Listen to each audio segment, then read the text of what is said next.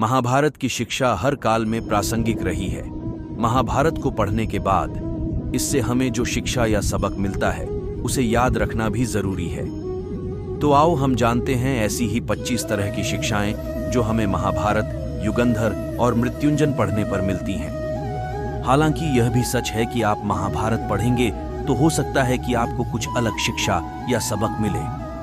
जीवन को सफल बना सकती है, और यदि कोई योजना या रणनीति नहीं है तो समझो जीवन एक अराजक भविष्य में चला जाएगा जिसके सफल होने की कोई गारंटी नहीं। भगवान श्री कृष्ण के पास पांडवों को बचाने का कोई मास्टर प्लान नहीं होता तो पांडवों की कोई औकात नहीं थी कि वे कौरवों से किसी भी मामले में जीत जाते।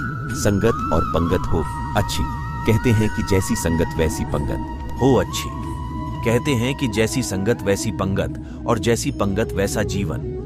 आप लाख अच्छे हैं, लेकिन यदि आपकी संगत बुरी है तो आप बर्बाद हो जाएंगे। लेकिन यदि आप लाख बुरे हैं और आपकी संगत अच्छे लोगों से है और आप उनकी सुनते भी हैं तो निश्चित ही आप आबाद हो जाएंगे। कौरवों के साथ शकुनी जैसे लोग थे जो पांडवों के साथ कृष्ण।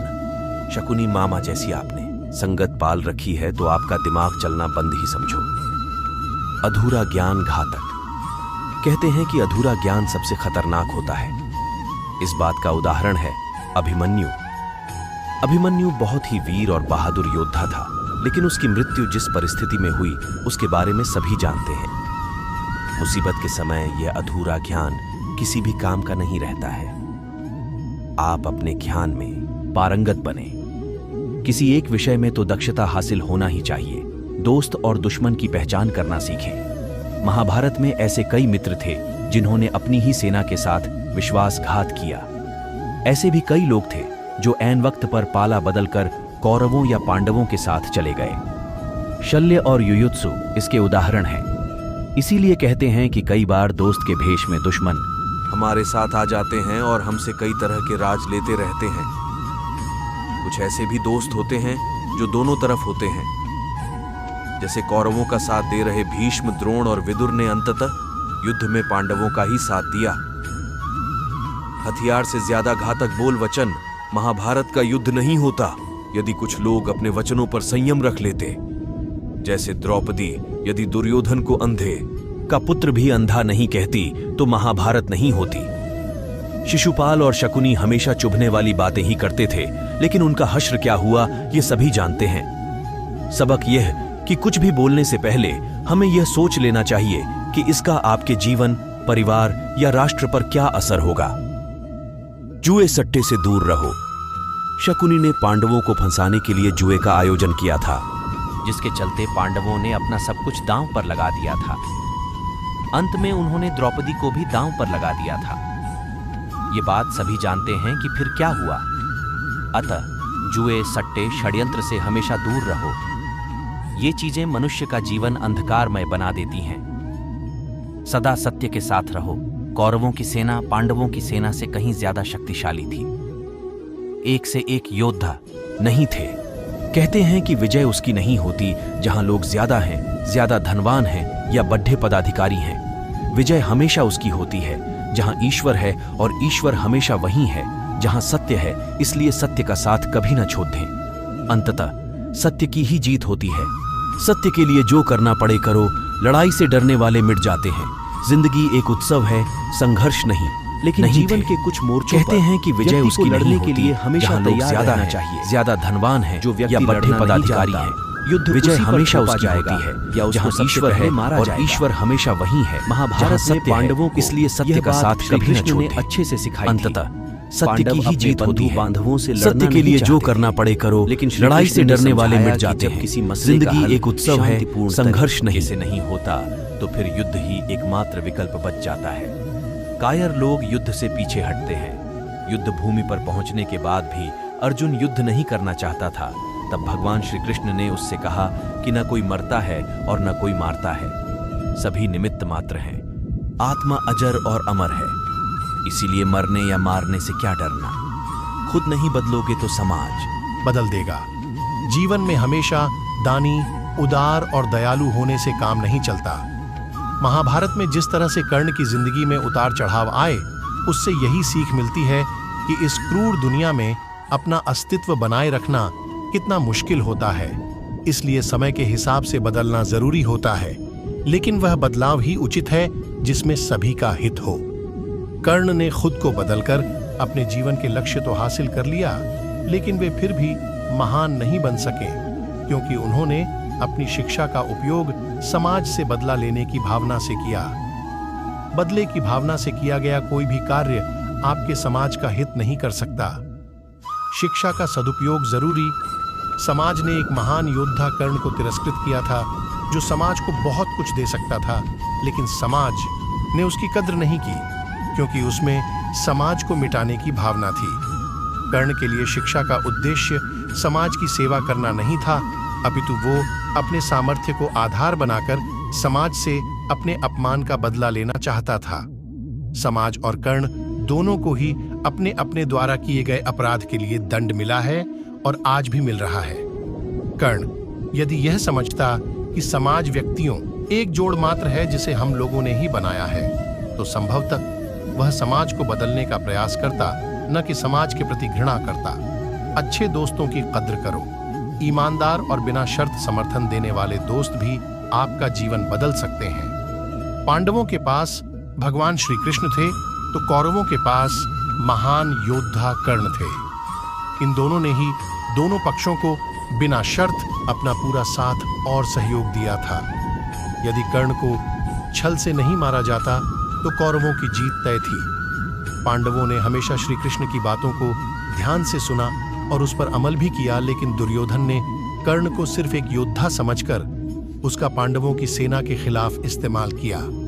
यदि दुर्योधन कर्ण की बात मानकर कर्ण को घटोत्कच को मारने के लिए दबाव नहीं डालता, तो इंद्र द्वारा दिया गया जो अमोघ अस्त्र कर्ण के पास था, उससे अर्जुन मारा जाता। भावुकता कमजोरी है। धृतराष्ट्र अपने पुत्रों को लेकर जरूरत से ज्यादा ही भावुक और आसक्त थे। यही कारण रहा कि उनका एक भी पुत्र उनके वश में नहीं रहा। वे पुत्र मोह में भी अंधे थे। इसी तरह महाभारत में हमें ऐसे कुछ पात्र मिलते हैं जो अपनी भावुकता के कारण मूर्ख ही सिद्ध होते हैं। जरूरत से ज्यादा भावुकता कई बार इंसान को कमजोर बना देती है और वो सही गलत का फर्क नहीं पहचान पाता। कुछ ऐसा ही हुआ महाभारत में धृतराष्ट्र के साथ, जो अपने पुत्र मोह में आकर सही गलत का फर्क भूल गए। शिक्षा और योग्यता के लिए जुनूनी बनो। व्यक्ति के जीवन में उसके द्वारा हासिल शिक्षा और उसकी कार्य योग्यता ही काम आती है। दोनों के प्रति एकलव्य जैसा जुनून होना चाहिए, तभी वह हासिल होती है। अगर आप अपने काम के प्रति जुनूनी हैं, तो कोई भी बाधा आपका रास्ता नहीं रोक सकती। कर्मवान बनो। इंसान की जिंदगी जन्म और मौत के बीच की कड्डी आधी ही भर है। यह जिंदगी बहुत छोटी है। कब दिन गुजर जाएंगे आपको पता भी नहीं चलेगा। इसलिए प्रत्येक दिन का भरपूर उपयोग करना चाहिए। कुछ ऐसे भी कर्म करना चाहिए जो आपके अगले जीवन की तैयारी के हों। ज्यादा से ज्यादा कार्य करो। घर और कार्यालय के अलावा भी ऐसे कार्य करो जिससे आपकी संतानें आपको याद रखें। गीता यही संदेश देती है कि हर पर ऐसा कार्य कर जो तेरे जीवन को सुंदर बनाए। अहंकार और घमंड होता है पतन का कारण। अपनी अच्छी स्थिति, बैंक बैलेंस, संपदा, सुंदर रूप और विद्वता का कभी अहंकार मत कीजिए। समय बद्धा बलवान है।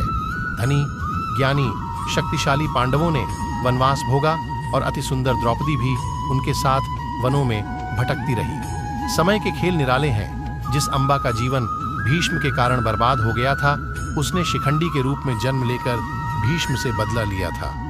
महाभारत में ऐसे कई उदाहरण हैं जिनसे यह प्रेरणा मिलती है कि घमंड को पतन का कारण बनने में देर नहीं लगती है। कोई भी संपत्ति किसी की भी नहीं है। अत्यधिक लालच इंसान की जिंदगी को नर्क बना देता है। जो आपका नहीं है उसे अनीतिपूर्वक लेने, हडीडीडीए छपने का प्रयास न करें। आज नहीं तो कल उसका दंड अवश्य मिलता है। भगवान श्री कृष्ण कहते हैं कि आज जो तेरा है कल बीता हुआ कल किसी और का था और कल किसी और का हो जाएगा। तू संपत्ति और वस्तुओं से आसक्ति मत पाल। यह तेरी मृत्यु के बाद यहीं रखे रह जाएंगे। अर्जित करना है तो परिवार का प्रेम और अपनत्व अर्जित कर, जो हमेशा तेरे साथ रहेगा। ज्ञान का हो सही क्रियान्वयन। शिष्य या पुत्र को ज्ञान देना माता पिता व गुरु का कर्तव्य है, लेकिन सिर्फ ज्ञान से कुछ भी हासिल नहीं होता। बिना विवेक और सद्बुद्धि के ज्ञान अकर्म या विनाश का कारण ही बनता है। इसलिए ज्ञान के साथ विवेक और अच्छे संस्कार देने भी जरूरी हैं। हमने ऐसे कई व्यक्ति देखे हैं जो है तो बड़े ज्ञानी, लेकिन व्यक्तित्व से दब्बू या खब्बू हैं, या किसी जंगल में धूनी रमाकर बैठे हैं। उनके ज्ञान से न तो परिवार का हित हो रहा है और न समाज का। ऐसे लोगों को कहते हैं अपन अपने मियाँ मिट्ठू, खुद लिखे और खुद ही बांचे। दंड का डर जरूरी। न्याय व्यवस्था वही कायम रख सकता है जो दंड को सही रूप में लागू करने की क्षमता रखता हो। यह चिंतन घातक है कि अपराध से घृणा करो, अपराधी से नहीं। दुनिया भर की जेलों से इसके उदाहरण प्रस्तुत किए जा सकते हैं कि जिन अपराधियों को सुधारने की दृष्टि से पुनर्वास कार्यक्रम चलाए गए, उन्होंने समाज में जाकर फिर से अपराध को अंजाम दिया है। अपराधी को हर हाल में दंड मिलना ही चाहिए। यदि उसे दंड नहीं मिलेगा तो समाज में और भी अपराधी पैदा होंगे और फिर इस तरह संपूर्ण समाज ही अपराधियों का समाज बन जाएगा। युधिष्ठिर के अहिंसा में उनके विश्वास को देखते हुए युद्ध के बाद भीष्म को उन्हें उपदेश देना पड़ा कि राजधर्म में हमेशा